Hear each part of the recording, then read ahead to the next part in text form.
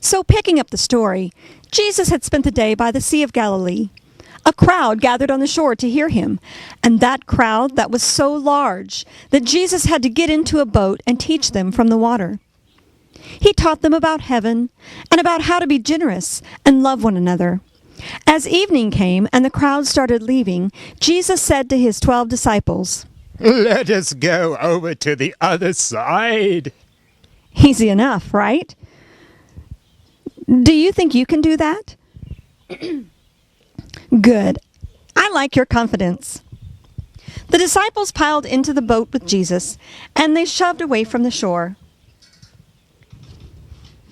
Many of the disciples were fishermen, so they knew all about the water. They knew where to find the most fish. They knew how to avoid the places where the water was too shallow.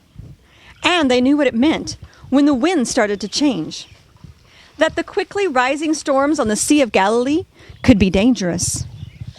The waves began to get more fierce, lapping against the side of the boat and bouncing it up and down, up and down, up and down. Before they knew it, a wild storm was upon them, water pelting them from every side.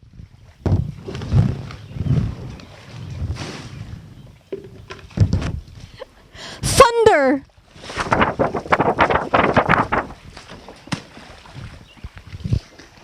Lightning and rain! Heavier rain! Huge waves!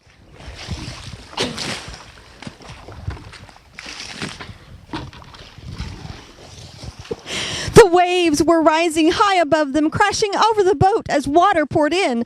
The boat was filling up. They were about to sink. The disciples must have been terrified, wet and terrified. At any moment, they were going to sink and drown. But there was one person on board who could do something about it, and he was in the back, sleeping on a cushion. That's right. Jesus, their great teacher, was sleeping through this crazy storm that was about to send them all overboard. Jesus didn't seem bothered by the wind and the waves at all. The disciples woke him up and said, "Teacher, don't you care if we drown?" And Jesus stood and shouted at the storm, "Quiet, be still!" And suddenly there was silence. The winds died down. The waves were calm. The rain stopped. The disciples couldn't believe their eyes. Once again, they had underestimated the awesome power of their Lord. And Jesus looked at them and said, "Why are you afraid? Have you no faith?"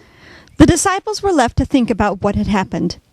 Jesus made their big problem seem so small, and it made them wonder, if he could control the winds and the waves, was there anything he couldn't do?